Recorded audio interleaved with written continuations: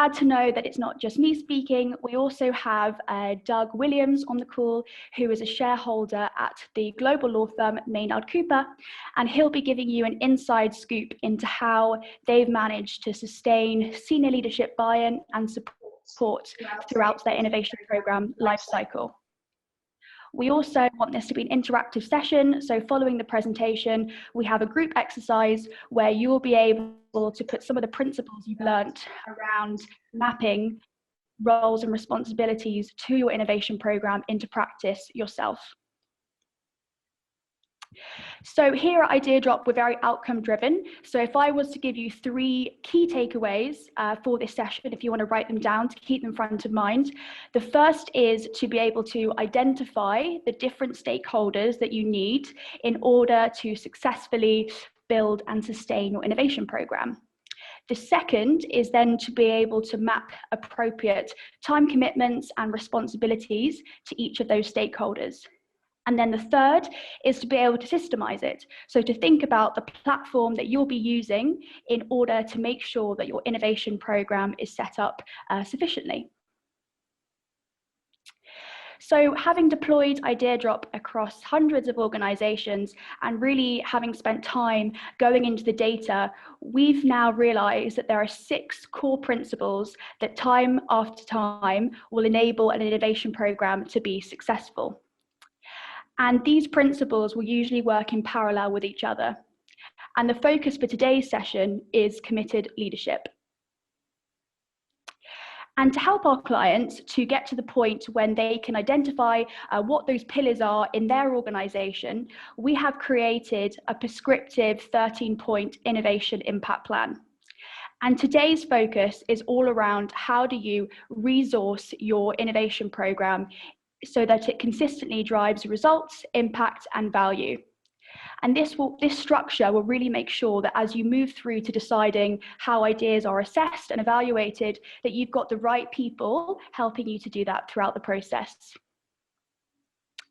I'm now going to hand over to Doug, who's going to tell us more about the roles and responsibilities in Maynard Cooper's innovation program. Hey, good morning, everyone. Thanks to Idea Drop for the opportunity to speak with you and for all of you for being here. I'm a shareholder with Maynard Cooper Gale. We're a U.S. law firm based in Birmingham, Alabama.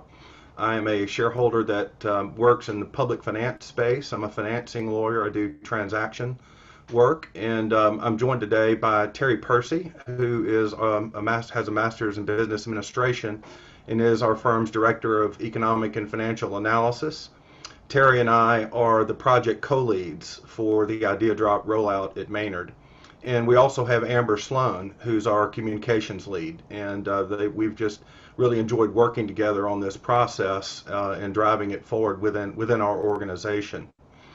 Last week, Paul Sloan shared a framework for how to identify innovation goals, and this week we're going to do a little bit more of a case study format, just tell you a little bit about our organization, how we rolled out Idea Drop, and share with you some of the learnings. And we've learned a great deal in the process, but we're going to focus this morning on what we've learned about roles and responsibilities, and about the critical need to have your top leadership in the organization help you drive innovation as a priority within the organization, because that's been a big benefit for Maynard.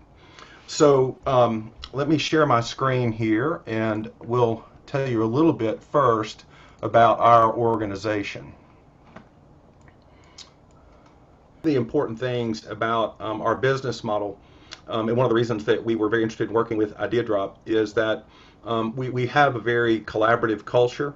We believe that our way of working is unique among law firms, in that we really encourage and try to align incentives for teamwork so that we serve clients very effectively. And as we've grown, we have hired lawyers in all of these various places, and a lot of them come from other firms and that have different models. And so one of the important parts of growing our law firm is the ability to educate new lawyers on our culture and to help them understand how our firm works, because it's so often different from their own and from where they came. The other thing that is a challenge is just distance. As our firm has grown, we're no longer just able to work with each other within our office. And as we've grown over the last decade, we've really had to find ways to work together across offices, and that has taken intentional effort. And we really viewed Idea Drop as an opportunity to facilitate that process. Another objective that we've had is to get ideas from all across our platform. We have attorneys, obviously, and we also have, though, a lot of other professionals in other areas of the firm who are often closer to how a lot of the work gets done. And so our email system and a lot of the ways we had worked had been very attorney-centric. And so one of the things we wanted to do with Idea Drop was really expand engagement across our law firm so that we could track ideas from people throughout the firm and get the benefit of those ideas, evaluate them, and possibly implement them across the platform, or at least in the areas of the firm where they would be of benefit. So we started doing the workshops with Idea Drop in October of 2020. I would really encourage you to, if you're not already using Idea Drop or if you're in the process, to engage those workshops very deliberately, and because they help you build the infrastructure that you are going to need when the ideas start to come in. And the other thing that they very much help with is to socialize Idea Drop as a concept in your organization. Innovation is not just a technical process or a process of getting workflows ironed out. It's very much a social process. It's a cultural process. And going through the workshops and engaging different people within your organization who are going to have responsibility for each area in those workshops proved very valuable to us. So I'm going to switch now to show you where we ended up with our groups. Those of you familiar with Idea Drop know that the first step is to create groups within your organization to which ideas will be submitted. And we initially decided to have 5 groups, one for everyone in the organization, which includes attorneys and all the other roles and professionals that I mentioned earlier. Then we have a litigation group, which focuses on those within our firm who handle disputes and litigation. A corporate, which is where I fall, for those that handle regulatory work and transactional work. An administration group, so that those are the folks who handle the IT, the HR, and all the other functions that help keep our business running, but who may or may not be attorneys. And then lastly, we created an Idea Drop ambassadors group as a channel for communication about Idea Drop and how to manage our processes and improve them as we go. So those are the 5 original groups. And when someone submits an idea on Idea Drop, they start with choosing a group to which to submit the idea. Then we created 8 categories, and I'm not going to go through these in detail, but I want you to understand the concept or share that concept with you. You can see here we have 8 categories, and so when someone sends an idea, they submits an idea, they pick a group, and then they pick a category, and sometimes people pick more than one category. But each of these categories has a category leader and has a category administrator, and then working with them is a category team. And those were the people that we engaged and involved during the workshops to build this infrastructure so that when we rolled out and ideas began to come in, that we would actually have teams in each category ready to evaluate the ideas. Part of what we asked each of these category leaders to do was develop a set of criteria under which they would evaluate ideas in their category. So for example, what's important for a good idea and client experience is going to be different than what's important for operational efficiency, etc. So this category model, each with its own criteria for evaluation, we thought had prepared us well for having ideas be handled efficiently.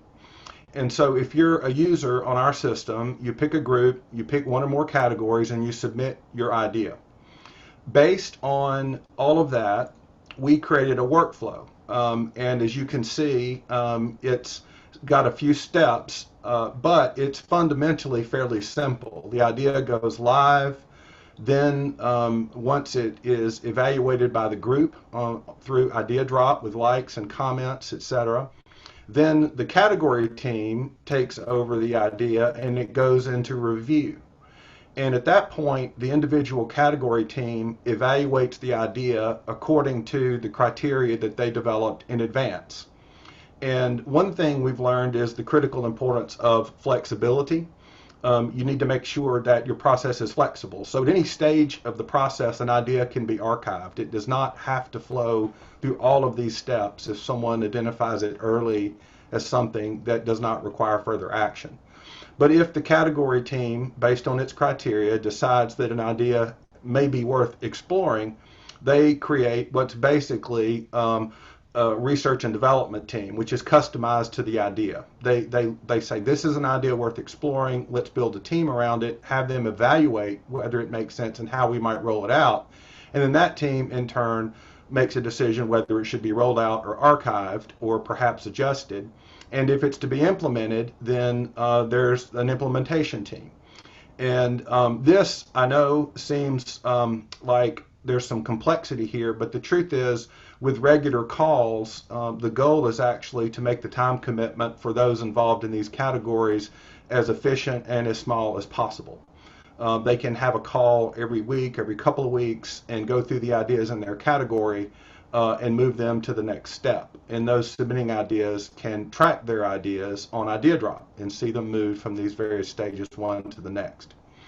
So that was the infrastructure that we built. And I'm going to move now and show you some of the challenges that we faced. This gets into the roles and responsibilities. First of all, we began to have bottlenecks where attorney time was required. As a law firm, billable time is our business model. And so attorneys have to be convinced that it is worth their time to invest in things like Idea Drop that are not billable. And so what we found is that even attorneys who had participated eagerly in the workshops and volunteered to participate often were not as quick to help us move ideas forward. We also found that when we put out challenges, that a lot of the ideas that we got back were not necessarily substantive business ideas that were focused on our strategy. They were a little more, in our view, for more suggestion box type of ideas. And that doesn't mean they're not important. It doesn't mean they're not good ideas, but the platform is really built for execution of strategy and development.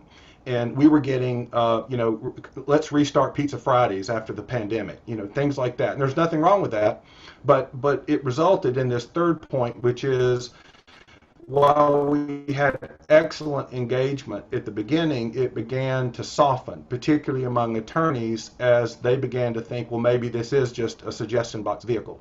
And we think part of the reason that we encountered these is the roles and responsibilities that we had set up and the initial challenge that we chose. Because we were just coming out of the pandemic, we were really focused on keeping people connected, on our culture, and on coming back to work. And so our initial challenge was really focused on how do we maintain our culture as we transition to a hybrid in-the-office remote work arrangement. And we think that challenge was a good challenge and a valuable challenge, but I think as an initial challenge, it tended to invite ideas that were perhaps not as strategy and business execution focused as we would probably have desired for the platform. And again, not that the ideas don't have value, but they really weren't what we were looking for. And the result of that was that some attorneys began to soften their engagement, thinking, well, maybe this is really not for the business overall. It's maybe more of a staff suggestion box concept. So what we've done to address this is we went back to our leadership and we just acknowledged that this initial challenge, while valuable, had probably generated responses that weren't what we wanted the platform to focus on.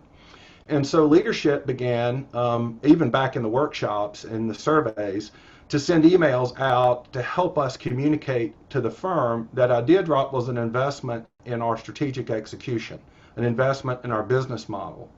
And it was expected by firm leadership that when challenges were posted and when they had ideas, that Idea Drop would be the platform that allowed us to capture these ideas, that they would not be lost across our organization on sticky notes and notepads and siloed in places and making a difference when they could make a much larger difference if they were expanded.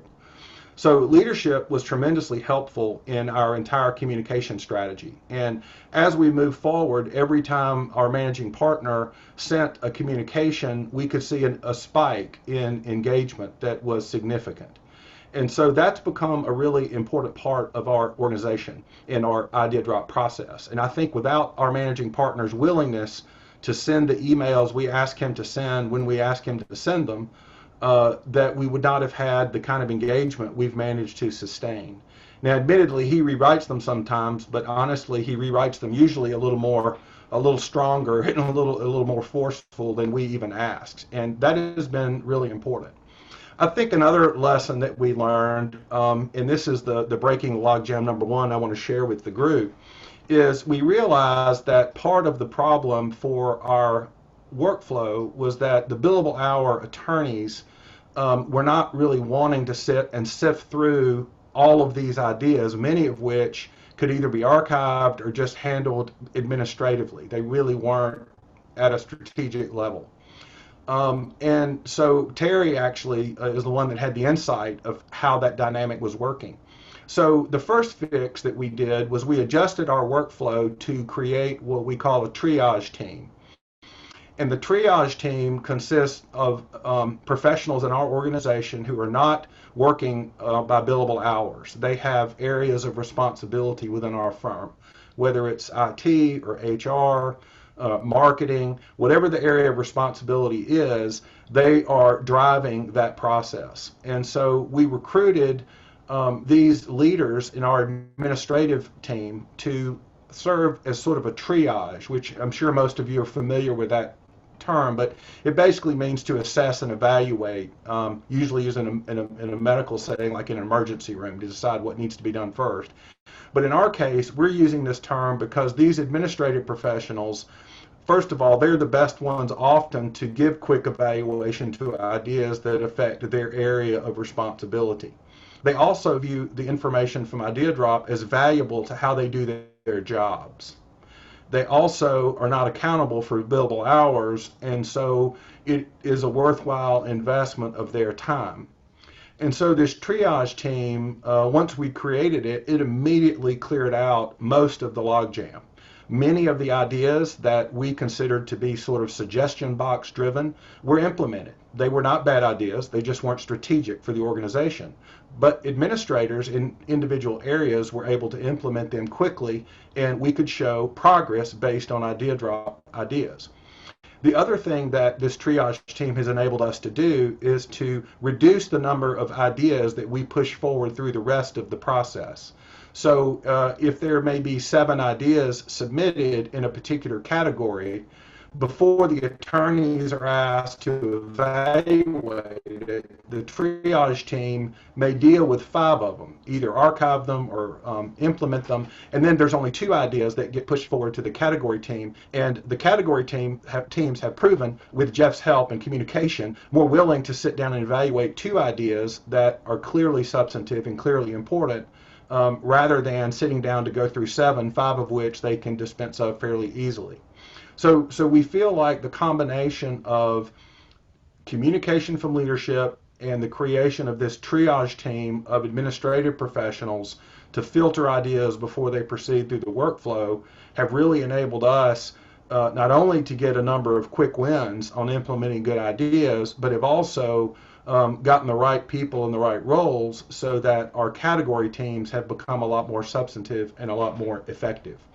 I want to share one more piece. It's in green here. We did add an attorneys category, and it has become evident to us as we've worked through this process that there are some ideas, as much as we would like to have as broad a participation as possible, there are some ideas that are perhaps best spoken to by attorneys.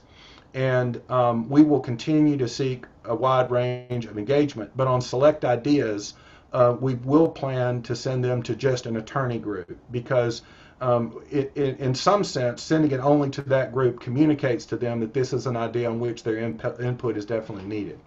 So those are really the strategies that we have used moving forward.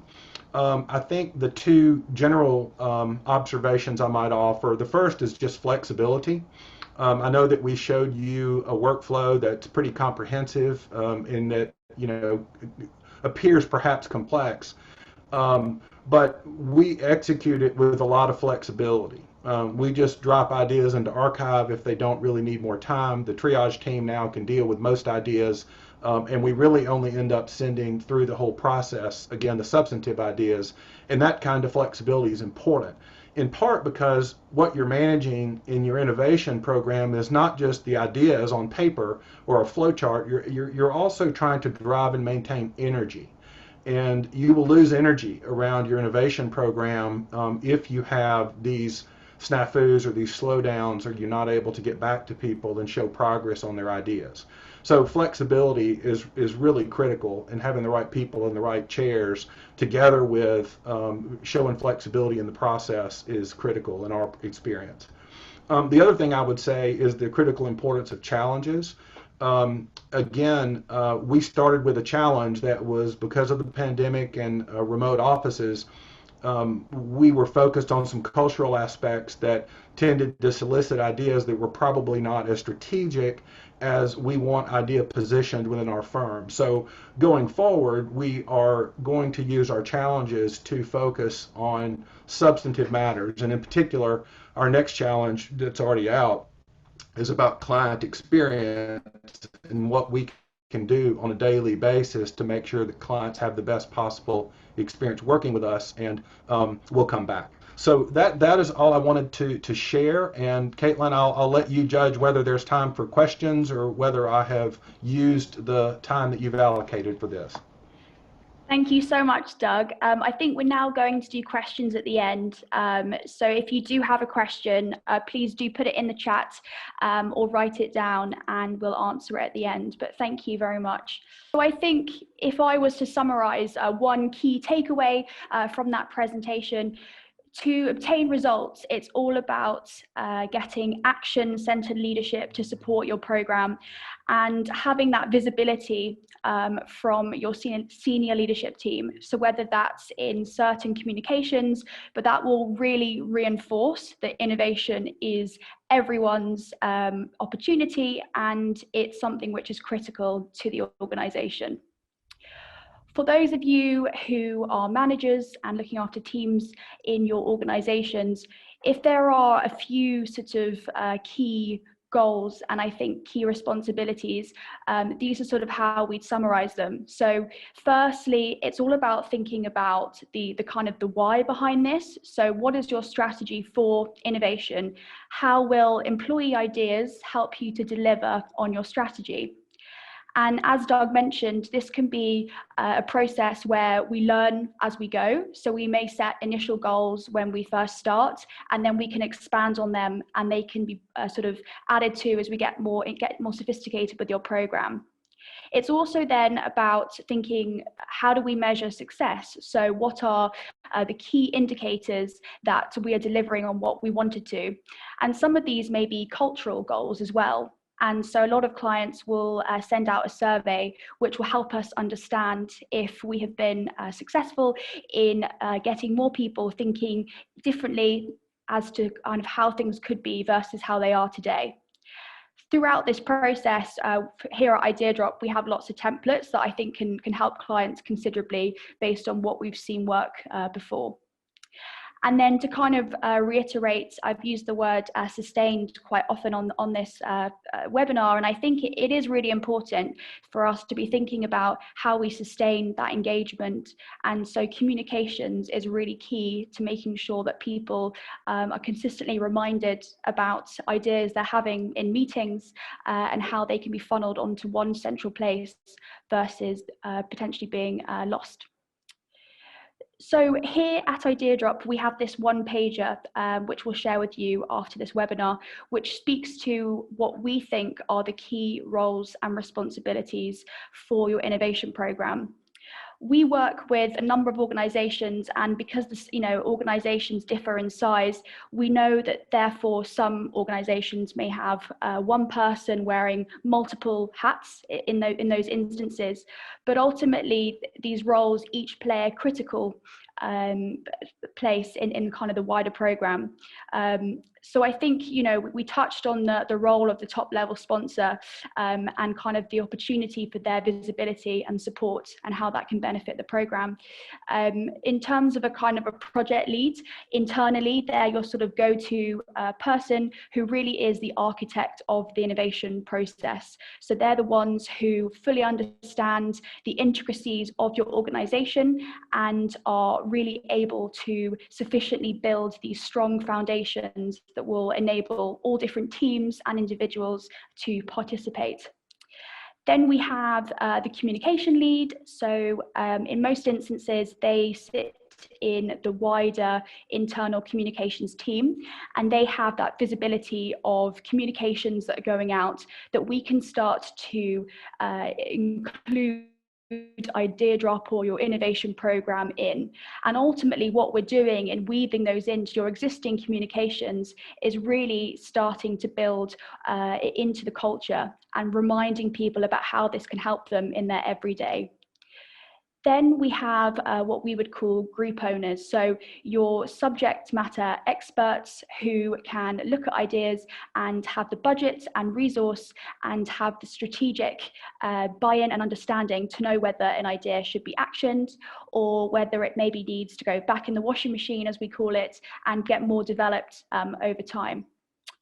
In addition to this, we also have a technical lead. So dependent on what platform that you're using to build out your innovation program, this is the person to make sure that we're integrated into necessary technical security systems and really just breaking down any barriers to engagement with that.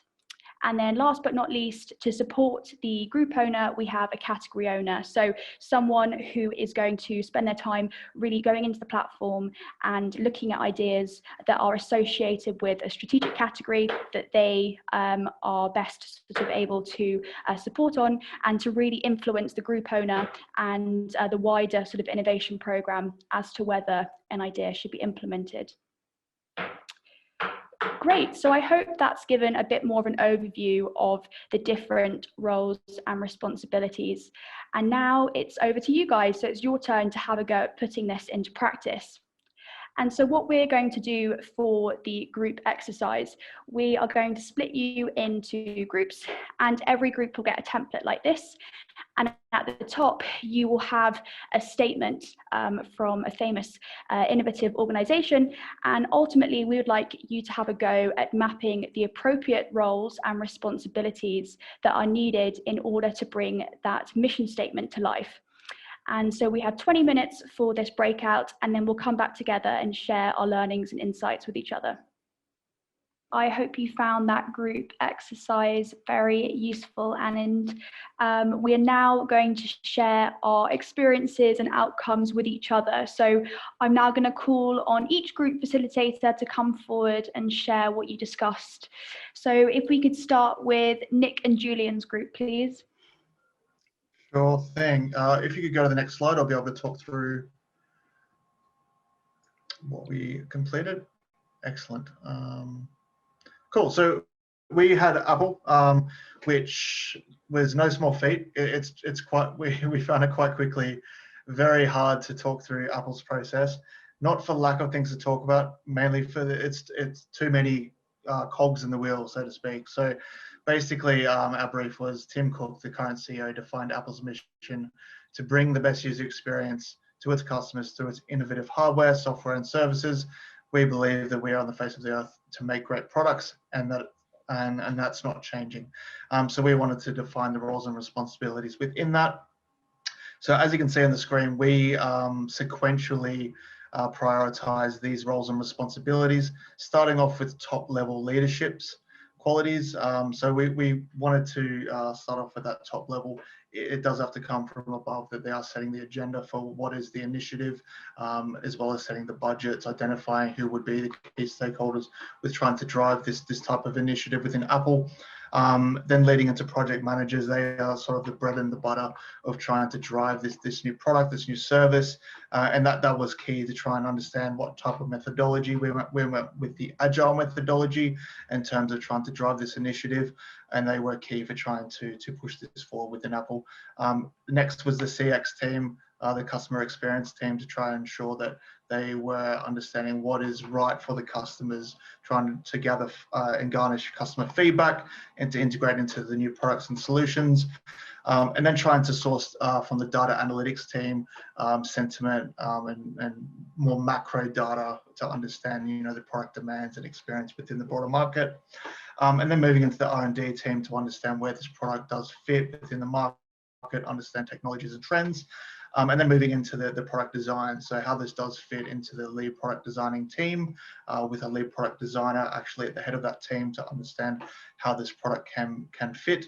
And then moving into the legal team, which is to understand how how it can be pushed into the market and what IP can be affected. So while we didn't cover everything there were some marketing elements that we wanted to put in there, which is kind of embodied within the lead product designer element. I think there was just too many roles within Apple that we wanted to include that we couldn't. Well, I think we got the key ones there. So thanks. Back to you, Caitlin. Thank you, Julian. And now moving on to the second group, Indra and Carlos. Yes, I actually think that maybe Jeff from our group would like to present what your findings or your key takeaways. Sure. Great. We came up with our top senior leadership team to provide clarity, mission statement, their vision. We want the accountability from them up front. So who's going to be accountable for what, when? We want the critical success factors, so we know when we actually get to the vision. So if we've achieved it, we want to know how we're going to achieve it. Program managers set up a framework which includes our roadmap, our milestones, depends to achieve the critical success factors. So we're starting to build out timelines with how we're going to get there, what has to be delivered. We talked about like the initial version of a car. What would it look like? When would we want it? How many years do we have to deal with it? And build back from there. Then we had this next level down would be our project leads, workstream owners.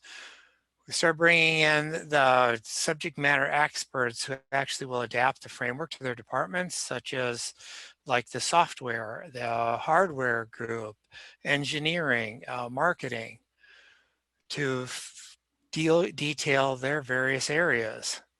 They report up to the program manager who keeps the whole thing together. And then finally, you actually get down to individuals and the ideators.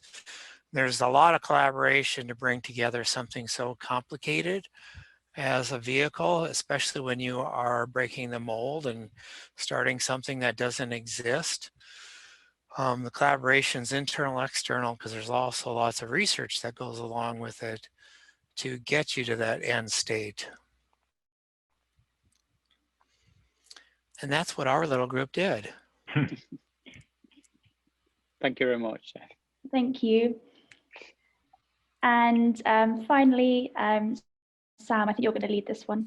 Yeah, that's fine. And we were supposed to talk about Amazon, but we went quite off piece quite early on. So we were talking about more in general, and a few things I think I want to touch on. The first one being the role of senior leadership is to set the goals, but not necessarily the route. So they've got to be a champion for the process of innovation without being too stringent about what they're looking for. So I know we talked about having the mountain, the top of the mountain being the goal, but the routes up it not being chosen by leadership necessarily. They're just there to champion the process and celebrate when you reach those different milestones on your innovation journey. And then I know it's possibly off the bottom of this slide, but I think the other end of that, in terms of the Amazon context, is what role customers themselves can play in this process. so that you've got senior leadership at one end, and how you bring in customers into your innovation program can be really important, either through helping you set those innovation goals about, so how you're going to measure, you're trying to improve customer experience, how you're going to measure that in terms of your customers, but also in fact interacting with them directly through open innovation to really leverage the power of the ideas in the audiences outside your organization. The final thing I thought was really interesting was Caroline, if she's all right to speak, was talking about the role innovation ambassadors play, how having champions for innovation within your workforce can be really, really powerful. Is there anything you want to add to that, Caroline? No, just that we have found it to be an effective way to get people engaged in the platform. So by designating members of our knowledge management and innovation team to maybe seed ideas into the platform, to talk it up to their peers, to encourage participation, to participate themselves and be talking about it, has really helped to both drive engagement overall. Yeah, thank you. I think that's really, really powerful. And I encourage anyone to pick out people who are really, really involved in the program and celebrate their involvement and give them responsibilities of championing it. Brilliant. Well, thank you everybody for participating in those group breakouts. A final ask from our side is to share our public challenges that IdeaDrop has pushed out ourselves. And so if you do want to participate and put forward your own ideas to challenges, there's different ones around the future of the economy, the future of healthcare. You can do so by scanning the QR code on the screen at the moment. We'll also send the link to these challenges in the follow-up email. But yeah, thank you all for joining, and we'll now take any questions to either IdeaDrop or to the Maynard team. Just one quick thing to add, just on the challenges, probably just to give it a little bit of additional context. The purpose of them are they're very open, and they're looking at I guess specific issues that are occurring around the world. So whether it's COVID, return to work. The purpose of the ideas within them is to create a report, on that report that we'll share with our networks through these sessions, through our LinkedIn groups, through organizations that might get benefit from it. So there's no commercial proposition from IdeaDrop's perspective. It's a kind of a, can we find some ideas that can help and solve some of the big problems that exist in the world? They're not easy problems to solve. So we kind of want to create a bit of a forum and probably working groups around them in the future. But if you have any ideas that you want to put forward, or have people in your network that you want to share it with that might find it useful, anybody that contributes will automatically be included in a final report. And we'll probably create some kind of groups around some of the ideas that maybe we can do something with, or give them to organizations. So we're kind of hopeful that there'll be some greater benefit for anybody that can have those ideas in the future. I thought it was just probably worth to give a bit of context, as opposed to it's not just, they're not for us, they're for how organizations can, or anyone can use them. I've got a question. I can kick off. I've got a question for Doug. I've always got questions for Doug. But I was really curious, and Doug and I spoke a lot earlier on, but I've been less involved in the program more laterally. I guess Doug and Terry actually, and Amber, an open question, is are you starting to see a sort of a shift in change of how people are? I know we kind of had an initial launch, you got lots of excitement and activity. Typically you do get a little bit of a drop off. Are you kind of seeing that sort of being re-stimulated as people are getting more used to the platform, or do you have any kind of anecdotal feedback of how people are finding it, or ideas that are actually getting traction and moving through now? I know that's quite a broad question, but it'd be great just to get your general perception of how it's been going and any continued challenges. I'm happy to jump in, Doug. Yeah, I think so. Terry, you want to share a little bit? Sure. I interrupted you. Terry, do you want to tell them a little bit about the data you looked at? Sure. Yeah. So, and Caitlin was really helpful in sharing some data with us. Every time our senior leadership sent out an email about engagement on the platform, we had a blip in engagement. Also, anytime, and we're new to the process, so we haven't dropped that many challenges, but whenever a challenge has been dropped, Amber, who does our communications and has been fabulous, she'll do a communications plan around that. And whenever she sends out an email, there's a blip in activity. And then Amber's also done a lot of follow-up communications. For example, the winner of our first challenge, the idea that was selected, that author, she did a great little piece with him. I think he was on a ferry boat near the Statue of Liberty holding his kids with his idea drop mug that we had done like as a little prize, and he also got another prize. But so anytime we have communication, we see an increase. Whenever we drop a challenge, we see an increase, and we're just trying to respond to the ideas as quickly and with as much meaning as we can, because that also keeps people engaged if they see that their ideas are being handled in a timely manner. Brilliant. No, thank you. That was really helpful. So yeah, communications being a critical driver, and it's the same as you try to embed anything or any change or any kind of cultural change that you make. Communications is generally a cornerstone. I see a question from Nigel Kirby in the chat. Oh, Nigel, over to you. I'll let you ask it if you like.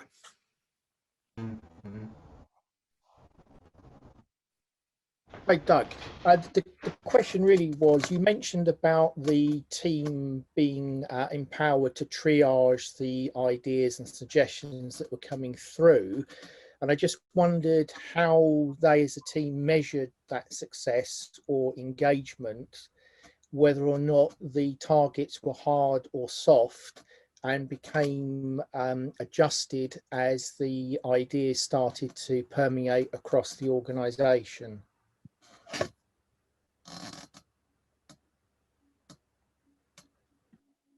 So I'm not sure if that's Terry or Doug or Amber really looking at, I guess, yeah, the triage team metrics. Did they have were they working against the criteria to assess ideas? I'm happy to weigh in here and let Doug and Amber follow up. But our biggest, I guess, indicator is just getting those cards moved in the pipeline, you know, from in review to R&D or archive with the follow-up. So our biggest indicator, I would say, is getting the ideas acted upon. And other than that, you know, we haven't done any follow-up, you know, like what percentage of people are, say, taking advantage of whatever product or service or whatever came from those ideas. But we certainly would like to do that in the future to measure our effectiveness. Thanks, Terry. Just on that point, Nigel, it's kind of interesting, and you see organizations that have been doing these things for a number of years. It tends to take a period of time. A really anecdotal example of Ericsson. Ericsson use our platform. They use it for something very specific. It's not around continuous improvement, but around bigger ideas that have sort of large business impact. But they now know that they need 1,000 ideas, 50 pilots to create sort of 10 propositions or new products that enter into the market on an annualized basis. So their goal is to get 10 streams, and those streams are multi-million-dollar streams, revenue streams in each instance. But they're very specific about the types of ideas that they capture. They do continuous improvement slightly differently. But I mean, we facilitated that process. But Ericsson One is a global innovation program that's ran for a number of years. So some clients that are and probably have been doing this for a long time, you start to see the inputs. And I think the question you're asking takes a while to flow through, but it's almost, we've got 250 ideas. We should have had 400 ideas at this point. So, and I think Maynard Cooper are getting there now, which is, well, we know we run another challenge, and we got that challenge to come from our managing partner, and Amber ran some campaigns behind it. Then we could get 150 ideas. You start to see what the inputs are to get the outputs, and then how many ideas you need in order to. And I think Maynard Cooper are probably you're kind of moving into that stage now where you're starting to see those ideas being implemented, and then you can kind of look back about how much you need to fill the top of the funnel in order to get that. But it tends to, in my experience at least from clients, usually takes sort of a year plus to do it. And I Just following dropped up there on for a that, I moment. mean, Sorry about that. So, Terry, did you answer Nigel's question while I was away? I tried to, but I'm afraid it might not have been quite as we might not have been quite as methodical in looking at KPIs. But Johnny just said something that made me think. You know, we definitely are looking at how many ideas are we able to implement. You know, versus the total number of ideas, and that's part of Amber's communications. Also, she will say, you know, so many ideas implemented this month, or you know, since we launched the platform, or related to that challenge. And I'll add just very quickly, if it's a KPI related question, Nigel, I think as a law firm, our KPIs are typically billable hours and revenue. And so I think in some ways we have to be creative about the KPIs that will be used to measure innovation, because that's part of the tension that we're working through. Because the traditional KPIs are not a way to measure that more specifically in our organization so that incentives are aligned. Thanks, Doug. We thought you'd seen the question and just dropped off. We thought it was very tactical, but we maybe it was the internet. We'll go with the benefit of the doubt. We'll just let you guys wonder. Any other questions for Doug, wider team, or anyone actually in the call? Anybody, any comments or insights? These are open discussions, so please feel free to put anything forward in the chat or in person. Just one other thing, John. I mean, are sort of HR departments looking at using the ideation as part of annual appraisals to reward or recognize, promote, so that the culture in the organizations is harvesting the ideas, and that people can clearly see that something does actually happen? So from a seed of an idea, something actually comes from that. Yeah, a really good, another really good point. And we're starting to see it. I think and you may or may not be familiar with their platform, but we kind of track usage in the platform, not just of the idea, but people that contribute to that idea. So we have a monthly innovation score, and then we have kind of an all-time innovation score. And we do have you're right. We have sort of HR directors and chief people officers that are starting to look at, because there's lots of synergies between innovation or innovative companies and higher turnover, higher profit than their peer group or organizations that they compete with. So I think from an HR perspective, they're starting to look at it. It's still in its infancy and to that sort of sophistication, but we can start to track performance, and you can start to give, I haven't seen it done yet, but we've talked about actually looking at people's scores and putting them in quarterly and annualized appraisals. They haven't become hard metrics yet, like some other aspects. But I think over time that's going to become more common, particularly when you can see the value of the ideas that they've implemented. So I think future state, it's very much where platforms like this will evolve, Nigel, which is connecting into employee systems as well. So actually being part of because if the business believes that innovation is important and innovation helps the organization develop, then to your point, should it be a key metric that the people look at? I think we've got, is it devise? Apologies if I'm pronouncing your name wrong. No, that's fine. So a question for, I think, Doug. You mentioned something that I'm facing as well. Sorry, Davis, the head of process and innovation at Uganda National Oil Company. And we've done a couple of idea challenges. And one of the things that we ought to realize was what Doug talked about, suggestion box ideas. I think when you're still building a culture of people bringing in ideas, then it means that people, now that they have a chance to contribute ideas, they just pick on ideas that they've always had. They're not exactly strategic, but just slight improvements. So my question is, what steps do you then take to transition the organization from that phase? how do you start working on people actually having better quality ideas? Thank you. So Davies, that is really a great question, and it's one that we're really working on in real time. Um, I hope I emphasized when I spoke earlier, it's not that those ideas aren't helpful to the organization or don't have value.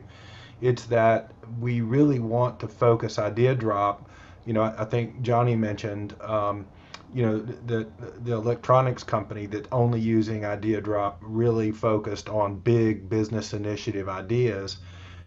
And we're not to that point, but we definitely wanted it to focus on larger strategic concerns and execution.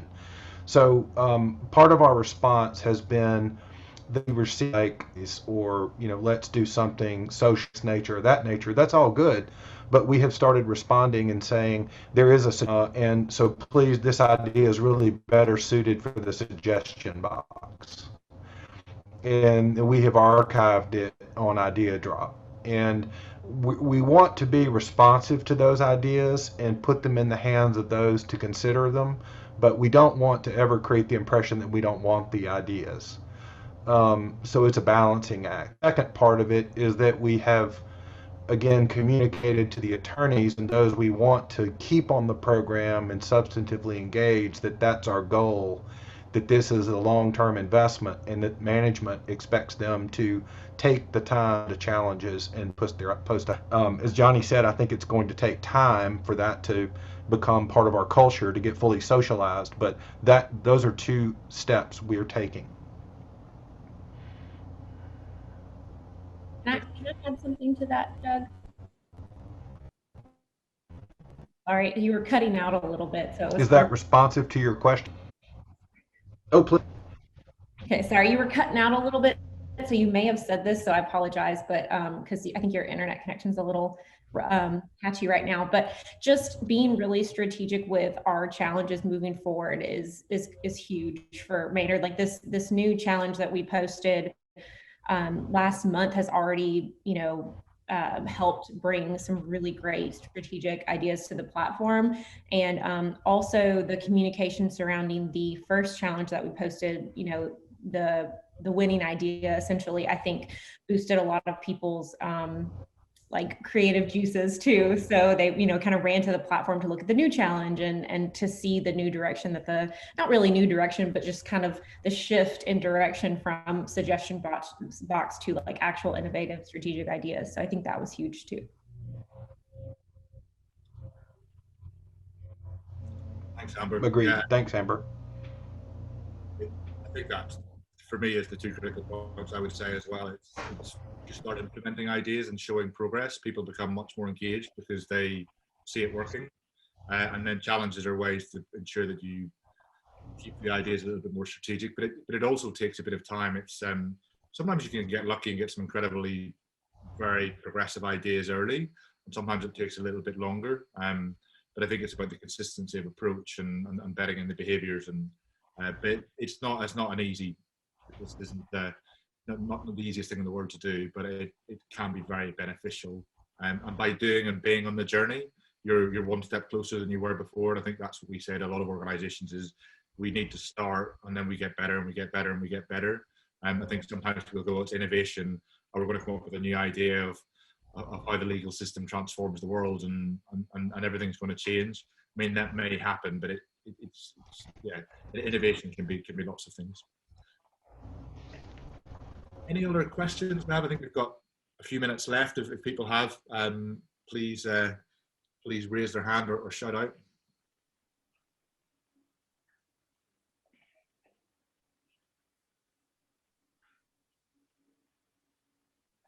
One more. I'm happy to ask the Maynard team a question if that suits. What in your eyes is the most exciting innovation in the legal space in the next sort of 5 years? I think in our business, the impact of remote work and the models for providing legal services that we'll create is going to be the biggest change. And I think with that are going to come different pricing models. There was already a lot of pressure to move away from the billable hour to more predictable cost structures, and that's very important. So I think the confluence of remote work and alternative fee arrangements and the traditional in the office culture, 12 hours a day, I think that's going to all change dramatically. Cool. Thank you. Well, thank you all for joining the session, and we will see you at our next workshop. Thanks, everybody. Yeah, thanks everyone from Maynard's as well. It's really, really great. And Caitlin and everyone else.